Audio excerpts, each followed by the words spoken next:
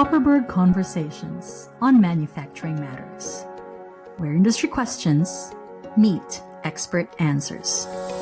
Welcome to the Copperberg Conversation Table.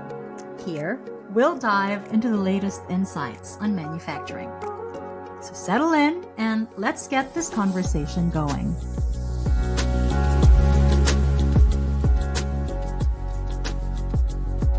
Hello and welcome to the second episode of Copperberg Conversations on Manufacturing Matters. I'm your host, Nina Roper-Yearwood from Copperberg. With so much digital content out there, very few thought leadership pieces in manufacturing truly rise above and drive real influence. It's one thing to create content, but it's another to cut through the noise and genuinely engage a knowledgeable, often skeptical audience who most likely don't have the time, headspace, and interest to engage with what you have to say. Today's episode is Preach What You Practice, crafting content that drives thought leadership in manufacturing. And joining us today are two of Copperberg's thought leadership experts. First up, we have Lisa Hellqvist, Copperberg's Managing Director and co-founder. Since starting Copperberg back in 2012, Lisa has been leading the charge, working closely with manufacturers and creating content that really makes an impact. We're also joined by Malin Mostofi, Copperberg's Marketing Director. Malin has had managing roles in marketing across Asia and Europe before taking on her current role at Copperberg.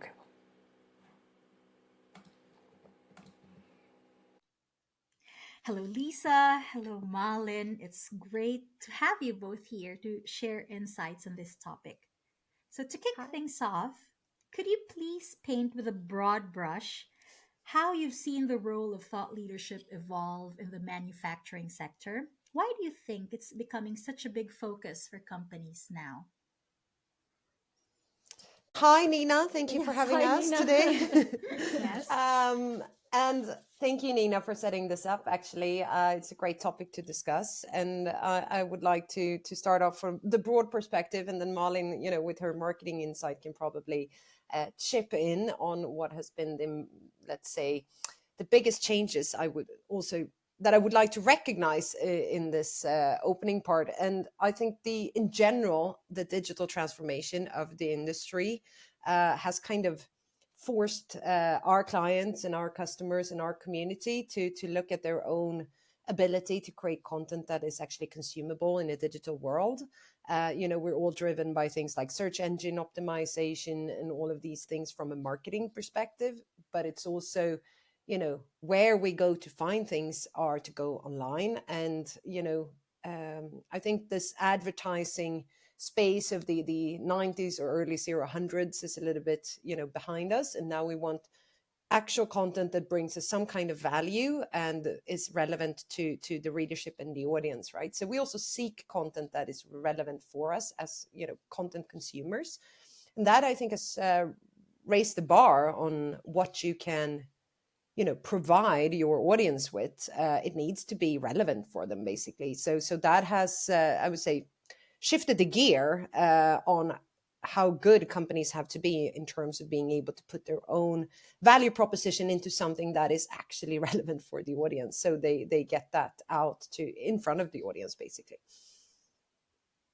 Yeah, absolutely. I completely agree with you, Lisa. I mean, this is something that is kind of grown with the digital space, basically. You can kind of, we all know we have algorithms that work, so we can kind of see what we are interested in, and companies have to follow. So I think this is kind of an industry-wide thing, maybe not just manufacturing, but, in terms of content marketing, I think we all know that instead of just showing what we have and, this is our product and this is, buy our product, we have to kind of show by doing, right? And this is a little bit, I think, hard for marketers to embrace, because we might think it's obvious that our product or solution is the best.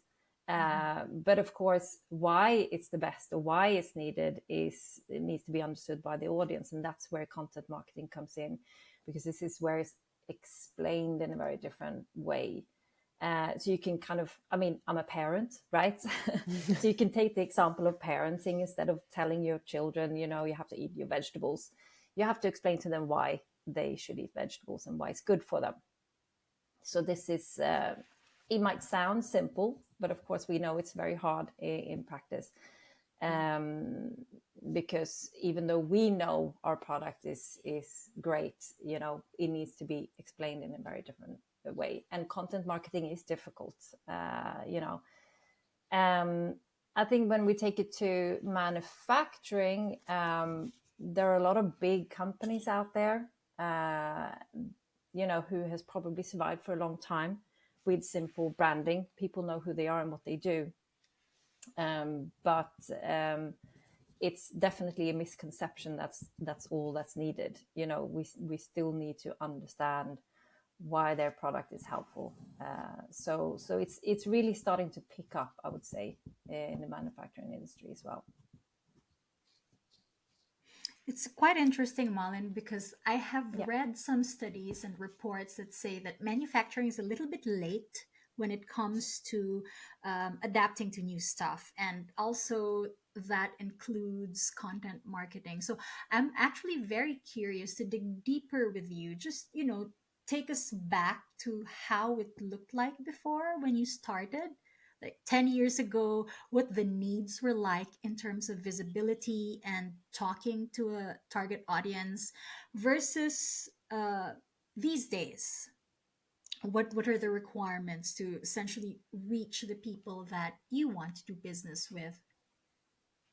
Yeah, and I think it's one of these things where you know, again, there are big companies out there and they have survived for a very long time, just being, you know, and we're talking about very specific sectors here, you know, industrial manufacturing. You know, you have big companies and everyone who operates in that industry knows who they are. So maybe there hasn't been such a need to kind of, you know, portray thought leadership in the same sense. But there are a lot of new, smaller companies popping up here and there, doing smaller niche things. And they have perhaps been a little bit more agile when it comes to their marketing strategies, where they have needed to kind of explain what it is that they're doing in a very different way than just branding. And I think the big companies have seen that and started to follow. So that's kind of the main trend I think we've seen in the last 10 or so years. I would agree and say also that, you know, you started with that, Nina, saying that manufacturing industry often fall behind. It's true in some context, of course. I would say, I would also like to argue that it's also some of the things that if you say that enough times, it becomes true. So it's also, you know, we use that as a provocative statement sometimes. Is that something you can hide behind, or is it actually true? But I do see that given this whole kind of consumerization, even of the industry, where we bring our kind of consumer preferences into our B2B roles, that has definitely driven a different kind of communication style. And, you know, if you just look at the 15 years ago, the technology might have been the thing that you had to explain because the technology was new. So you got a lot of room to just, you know, explain specifics and kind of, you know, what it can do in terms of, you know, capabilities from the technology, very technical kind of content that came out of the industry, or the ones talking to the industry. So bear in mind, Copperberg has kind of two main target audiences that we create content for. And one is obviously the community itself, that is by, you know, manufacturers for manufacturers, but then we also have by the service and solution providers for manufacturers, because they are a huge part of the ecosystem. So we cater for both sides in terms of content creation, and we help both sides establish their thought leadership when they do content. But I think nowadays it's not so much the technicalities that are interesting. It's more how these technologies sit within different processes, strategies, and how you actually enable and perform better through your organization by implementing, for example, these kind of technologies that might be the backbone of the change, or that you rely on during the change. But I think there's a paradigm shift here. No one wants to hear about, different levels of software anymore. Everyone wants to hear what's in it for me. And that's kind of the big difference, in my opinion, that has shifted, where you have to kind of, I think people are more used to advertising, so they want to see the actual context of where this can be used.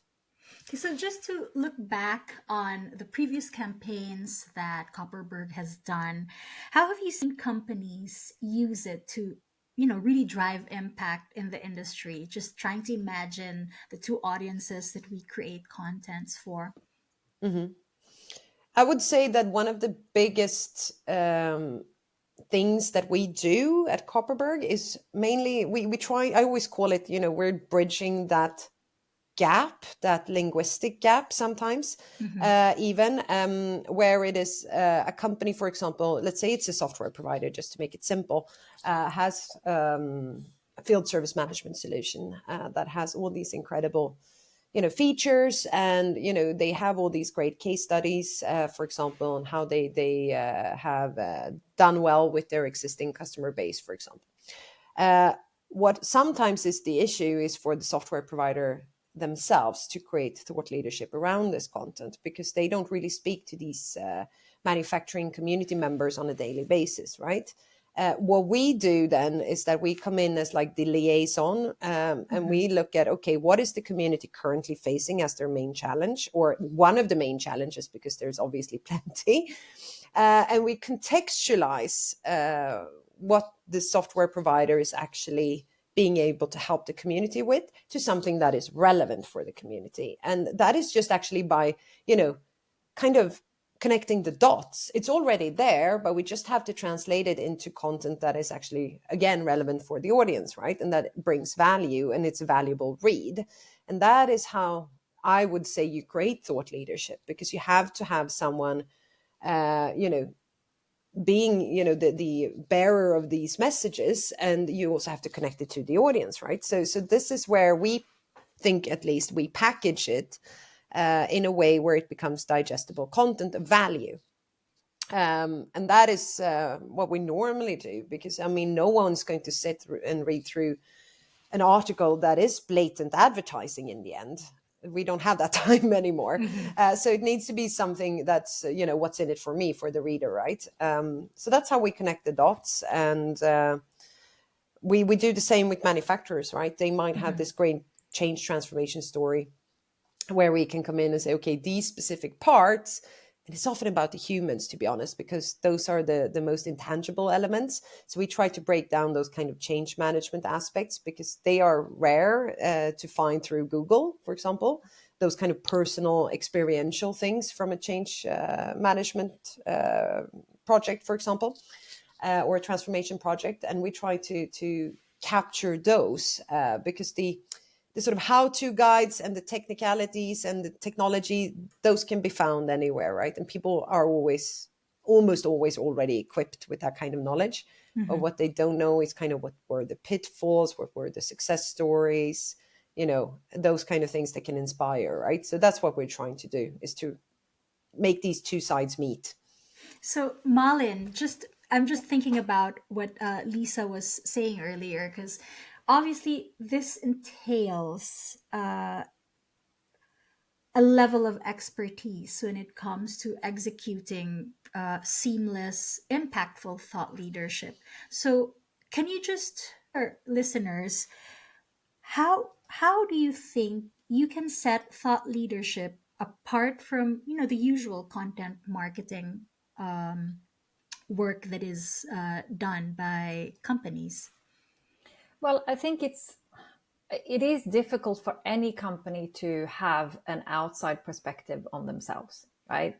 If you work in a company and you work on a product and you think your product is great and you want everyone to buy it,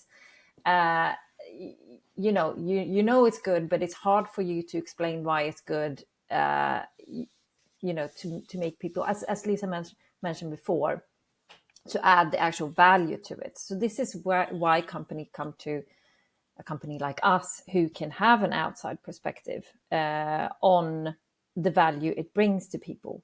And as Lisa said, we're kind of the bridging the two sides here, where we are also understanding not just one company but several companies' challenges, since we speak to them a lot, both with our contents and events, etc. So we might have a very different perspective on what they're actually offering, and we also know what the audience wants to hear, and tying those two things together is a very effective method of marketing, really. So they already, and this is not to say that they are not the experts in their product, of course they are, but they might not know how to put it together in a piece that brings value to the actual reader. That's very interesting, Malin, because this brings to mind, practical examples, like how we actually flesh this out, draw this out from the subject matter experts, essentially. Because I think one of the key reasons, I imagine, is that a unique and compelling perspective that truly connects with your audience is something that you need help with from an external point of view. So let's talk about how you help clients uncover and express a perspective that truly connects with their audience. That's mostly what I do. We have of course, but I think many other media companies or third party providers will probably do the same. But of course, we rely also a lot on our kind of daily communication with the community. As I said, we have kind of our ear to the ground. We know what's going on, what's creating commotion. Of course, being a publisher and an events organizer and all of that, we see what kind of trends that are driving traffic, what seems to be resonating with the audience. So we already have that in our, at the tip of our fingers when we go into discussions, right? On top of that, then the first sort of meeting where I normally interview, the company that wants to do this kind of thought leadership piece is about defining what it is they want to relate to the audience. So I'm not so interested about specific technologies. People love to talk about that, the brilliance of their own solutions and, all of that. And that is by all means absolutely fine. But I think the product marketing team of your own organization would do that better than any third party. What we can do is then to dig a little bit deeper. So, my questions will always be around, we can take an example like AI again. It's one of those that everyone wants to talk about. If we take the some of the solution providers we work with that obviously provide software, this is of course the talk of the town for now, and that's something we of course respect. It is going to revolutionize, or is revolutionizing, the industry and many other industries outside or the world even. But one thing we have to bear in mind is that AI without context for the readers doesn't do much, right? It's just a buzzword. I always use let's go beyond the buzzwords, right? So it's a phrase I use. We need to sort of break this down into the actual knock-on effect. And let's say it's AI in a specific context, let's say in e-commerce. Then, what I'm trying to do is to define, let's say, added value for that potential e-commerce customer or that sort of digital buyer journey. Where does AI sit within that?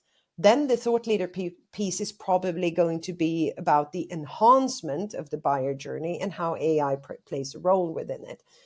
Because in the end of the day, what the solution provider in this instance would like to tell the audience is obviously the greatness that is accomplished around this technology by implementing it, right? It's not the technology itself that's the solution, but it helps a lot of other benefits and ticks a lot of other boxes. And those are the ones that we're trying to capture in order to make it relevant.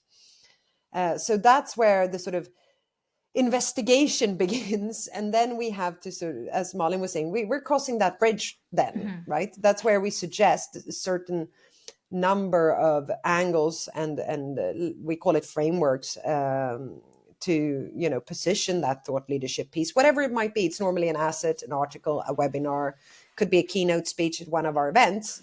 or a workshop or similar, but we're trying to then pair this with the current needs of our community. So we make sure that this is a seamless experience, right? So it resonates. That's what it has to do, right? That's what It's we almost want like to a achieve. matchmaking exercise, right? It is a When lot. It's it's almost being like, done.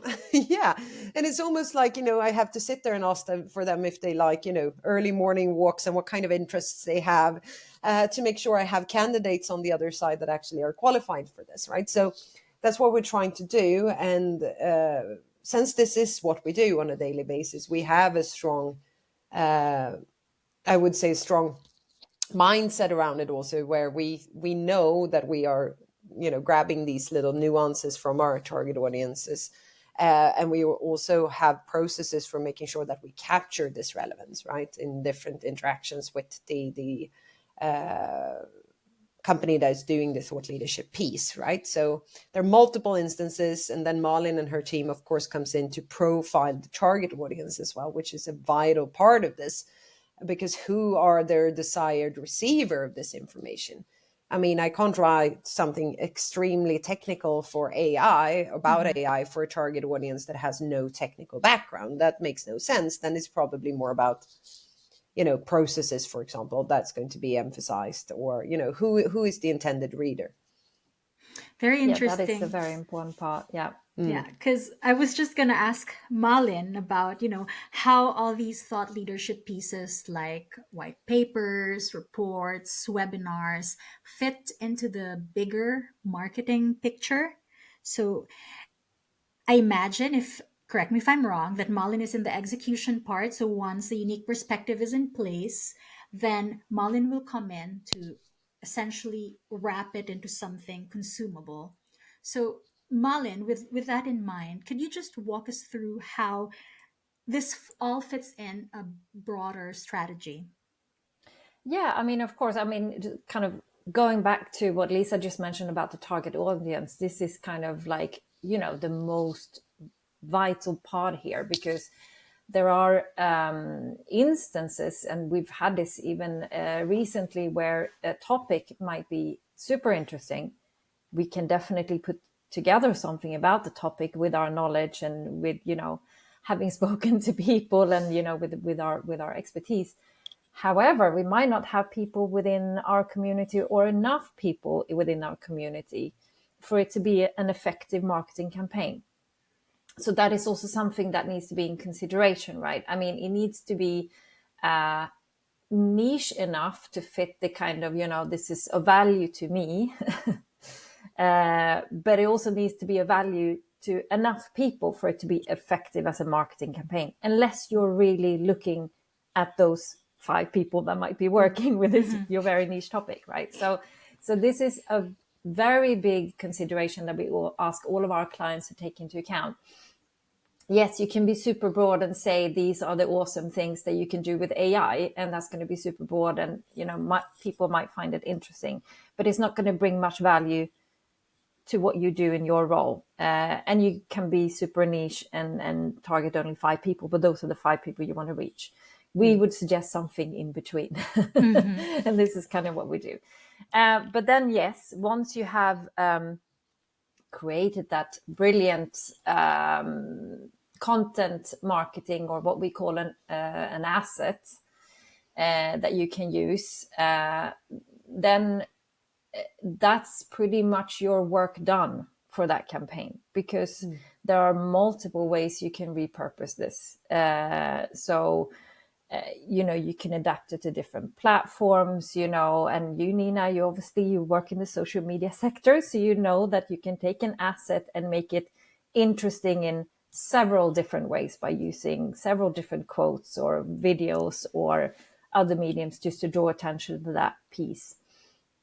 You can translate it to put it into different audiences. If there's, specific regions that you want to hit, you can take certain parts and adapt it to different industries, different markets.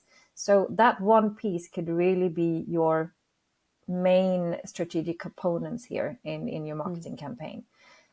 So that is kind of that main job done. And this happens quite often, that people come to us and they want to create that paper or reports, and then they go on and do multiple things with it, and that becomes quite successful.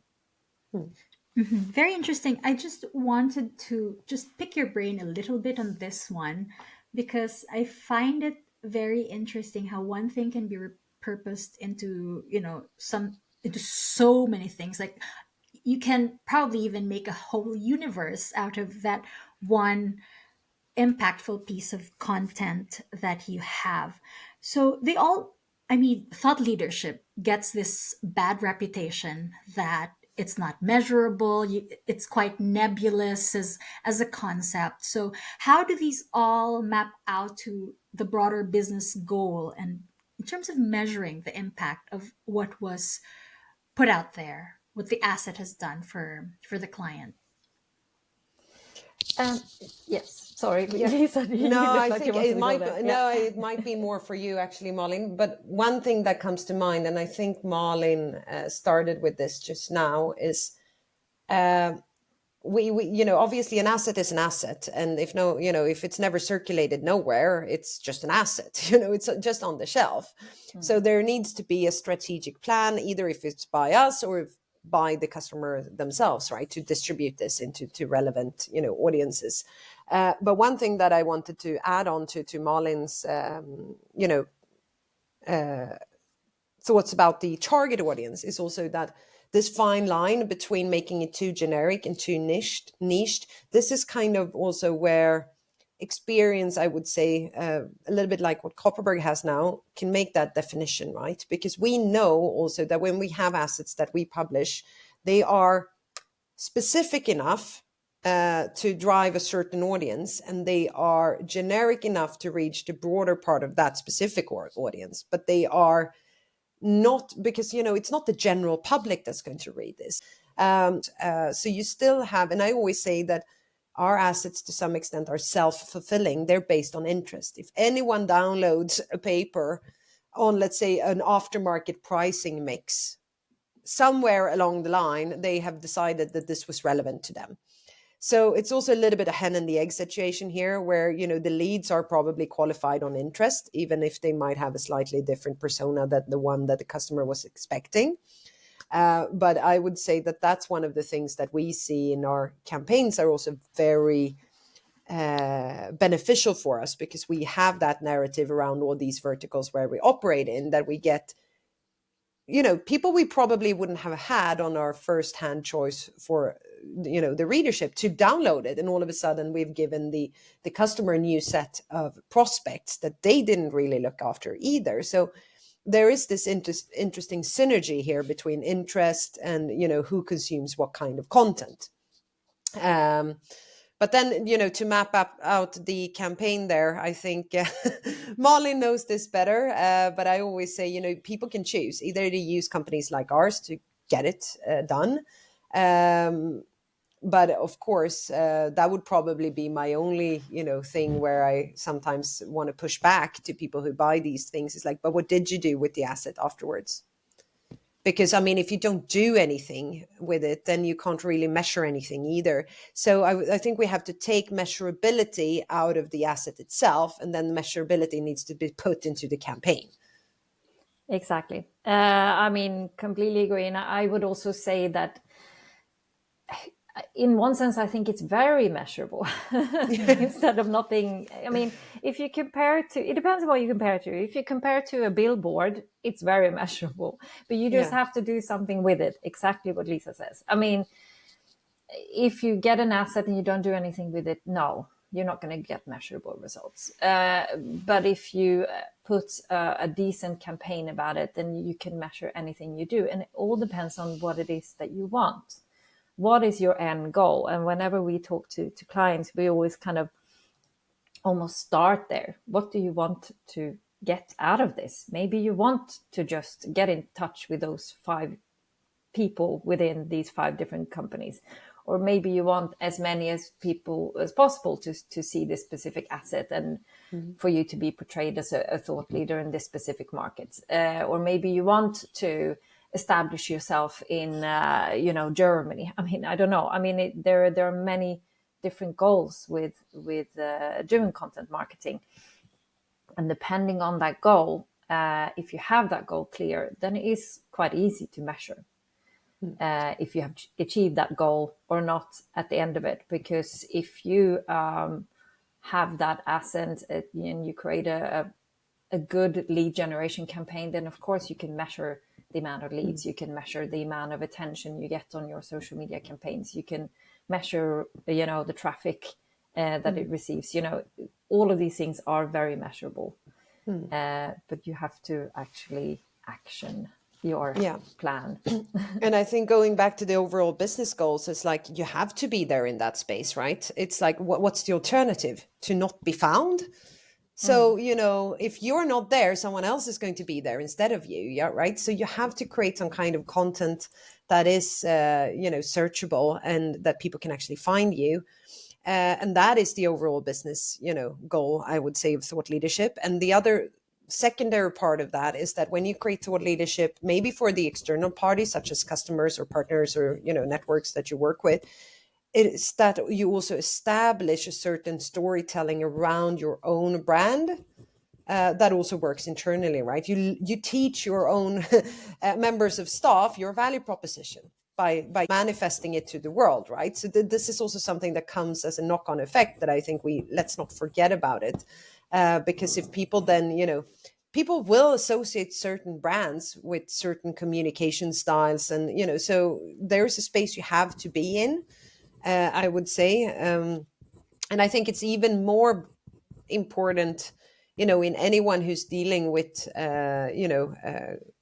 needs to be found by customers, basically. So it could be, where we thrive. It's obviously around, maybe the service functions and the aftermarket function where the customer still has like an ongoing relation with that brand. Or if you take, for example, the customers that are software providers of any way, shape, or form, where they have to declare their value proposition and their differentiator and USPs and whatever in different contexts. And as I said, today, I don't think anyone has the bandwidth for like blunt advertising. I think we have enough of that.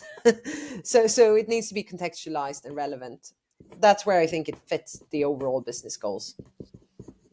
Very interesting, because I think I can see here that KPIs are very important to establish first so that you can measure what is out there.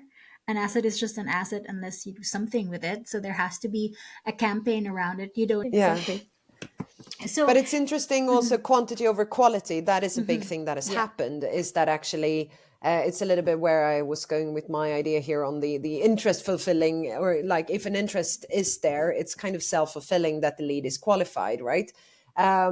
But we've moved over the last decade or so, at least, or 15 years, from quantity and kind of web advertising, where it's a lot of, impressions, click-through rates, and these kind of things, to companies actually saying, here's our target account list. Can you activate these? And can they be qualified? And yes, we can.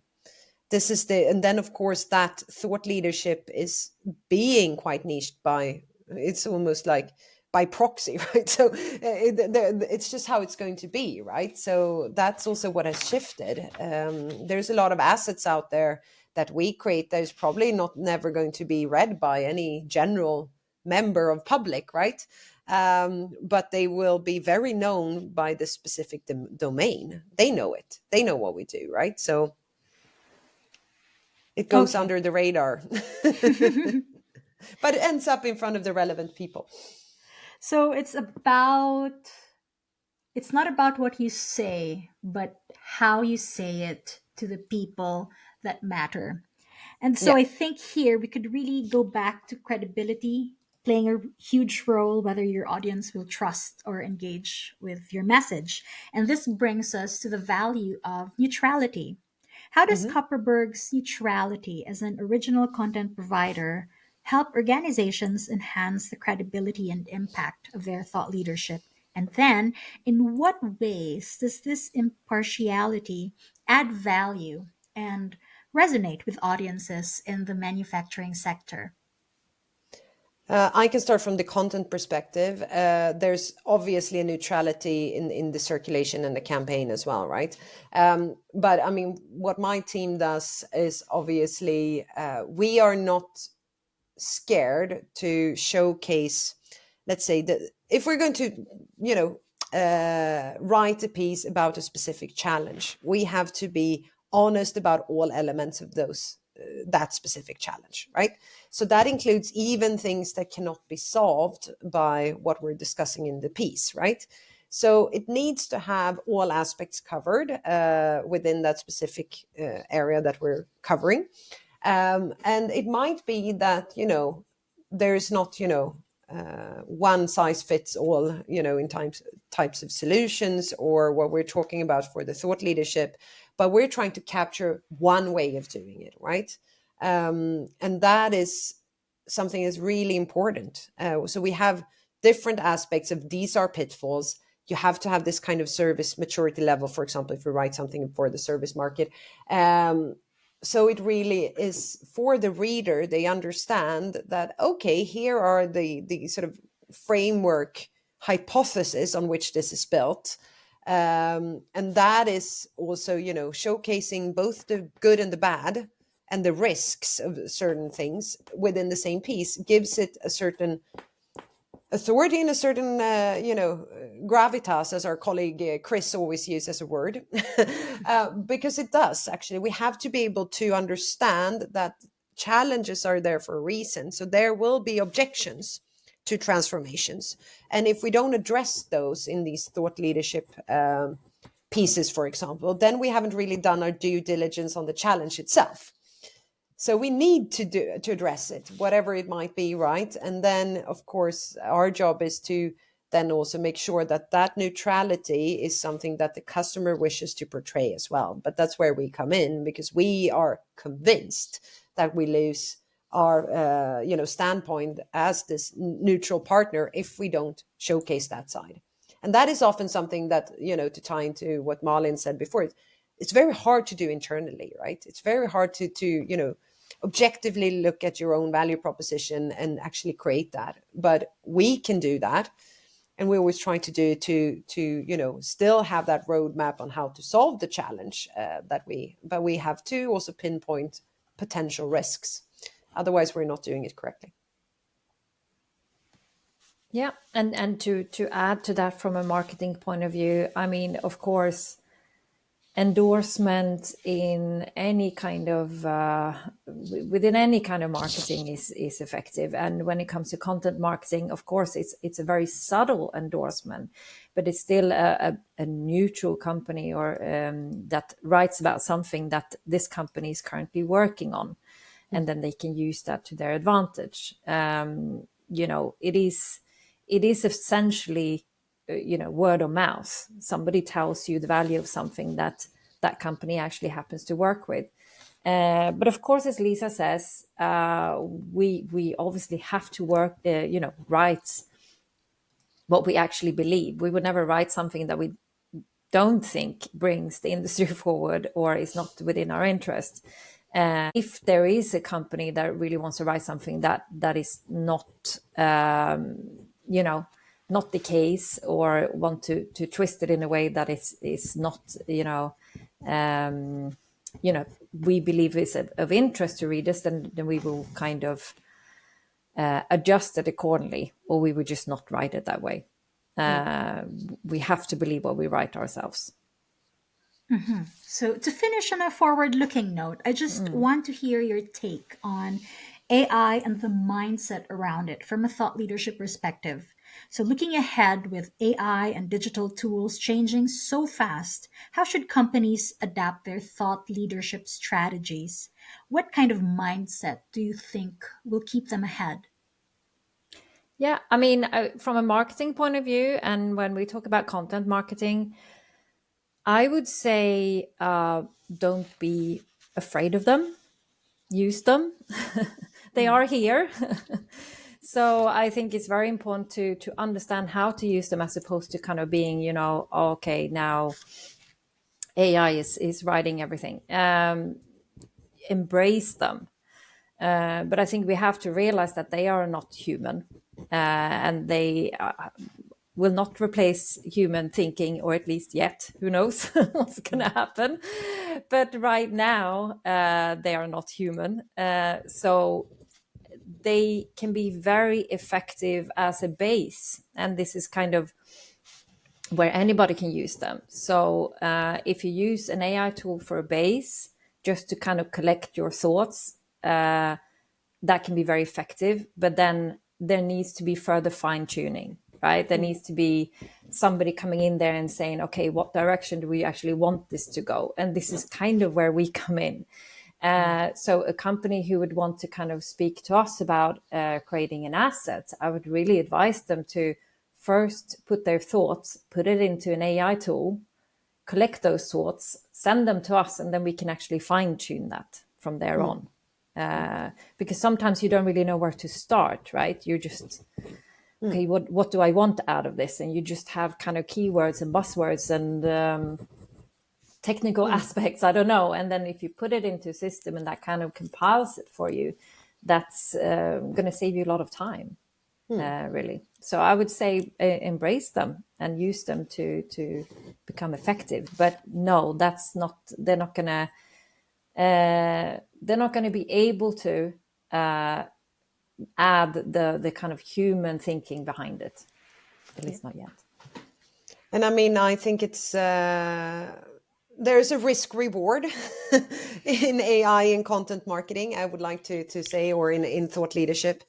The risk is where people, if we take ChatGPT as an example here, because I guess it's AIs like that we're predominantly maybe looking into when we say, might replace article creations and content writers, etc., right? So when we talk about that, the risk is that you get an AI that creates content from scratch, right? And then your own, if I would do that, my own thought leadership would go lost. Because ChatGPT will not bring in the nuances and the knowledge and whatever it is that I want to capture. So I would say stay a bit away from that. That like starting from scratch, write my thesis kind of mindset. Because also ChatGPT does a lot of mistakes because it accumulates data. So if there's many, old data or whatever, and data that's not relevant to your specific vertical, you risk having a lot of fact check issues afterwards, right? So be a bit cautious with that. On the other hand, what we discussed, for example, with an asset that's not getting repurposed correctly, this is a brilliant idea of using, a ChatGPT function or similar AI. It could be Gemini by Google or whatever, right? Is that you already have your original text. Now you can get help from an AI to structure this for different channels. That it's very helpful to actually do that kind of thing for you. And then, of course, as Malin said, you always have you need a human eye and someone with accountability to go through it at the end, just like you proofread anything that goes to print. Basically, you should proofread anything that goes into publish, whatever platform you may use. But I always say that, AI structures data. So if you have data, use AI for that. As long as you created the original data, it's a highly valid, high speed qualified secretary for you. So rely on that. Your efficiency will go up. But by all means, don't trust it to create your original content. It needs to come from some kind of brain if you want this vertical expertise that we're operating within, because it won't be able to do that. There's not enough non-generic information on it to be truly relevant. On the other hand, if you want to do generic blog posts to drive traffic, go ahead. I mean, it's brilliant for that. But then I don't think you write a blog to get readers. You write the blogs for traffic. It's a totally different. What's the reason behind it? So everyone has to ask. And obviously, us operating in a content creation world, and a publishing company, we use it for efficiency in our processes, but we never use it for content creation. If that makes sense. Very well said. So original, contextualized, relevant. That's thought leadership. It will not be able to be an effective tool from start to finish of a piece. No. That is just not going to. If you want it to be of value to the reader, I mean, as Lisa says, it collects information from all different sources. So you do need somebody who knows what direction you want to go to be able to adjust that. But Yeah. if you want something to start writing something for you, so you know how to adjust it, or as Lisa says, if you want someone to take out parts of it and create, I don't know, like a Summary is a good thing. summary, or whatever it may be, it can be effective. You can look at it and rewrite it. Yeah, but But at that original instance, you content, also no. control the Yeah. data, right? Because you put the prompt with your original content into it, so you know that the summary is going to be based on your own content. That's where I think it's a moral ground there also, not only moral, but I've actually tried to write things from scratch to see what it can do, more as like a pilot project, and it goes, it's not really spot on, right? But if I take a transcript, let's say from this podcast, and put it in, we will probably get a beautiful little summary that fits well into YouTube description, for example. And some of it might not make any sense at all. That could be true as well. That could be true. But that's our problem. That's our problem. but yeah, I mean, of course, but what I'm saying is, I think we can. It can be used for a lot of time-saving exercises. Yeah. Of course, if you are scared of AI as a kind of data collecting thing, then maybe don't put your company secrets in there. Because who knows where that data goes. I personally wouldn't use it like that. But if it's just about, can you just formulate the sentence or rewrite the sentence for me because your mind is standing still, can be very effective.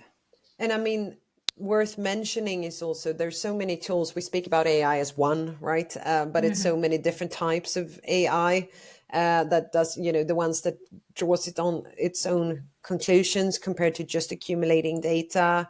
You have the differences of, for example, if since we're talking about content marketing, so when it comes to content writing, and this is something maybe worth mentioning in this podcast also, there's a lot of content writing AI check tools out there.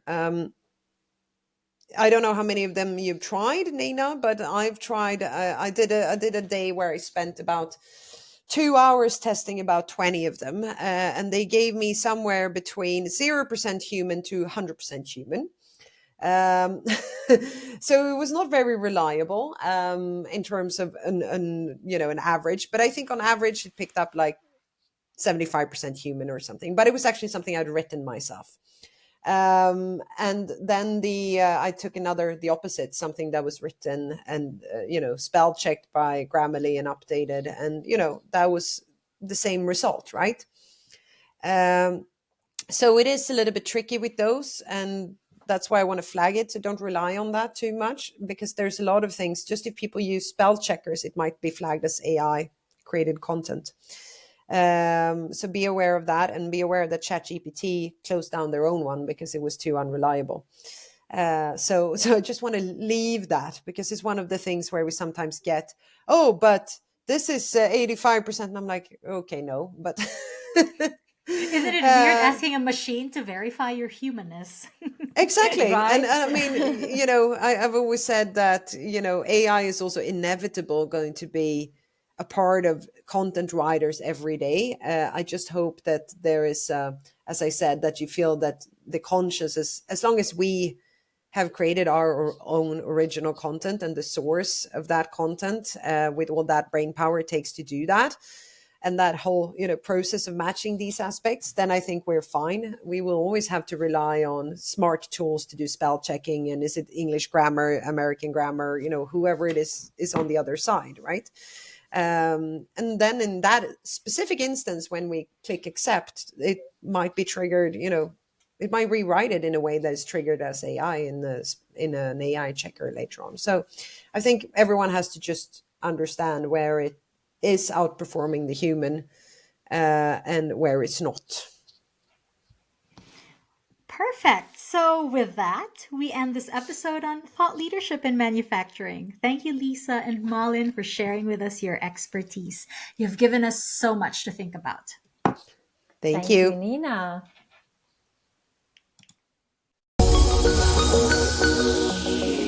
Thank you so much for joining us today. If you enjoyed this episode, please like or follow us from wherever you're tuning in from. Got a topic you'd love us to cover next time? Or maybe you're itching to share your own insights as a guest? Drop us a line at podcast@copperberg.com. We'd love to hear from you. This is Copperberg Conversations on Manufacturing Matters. Until next time.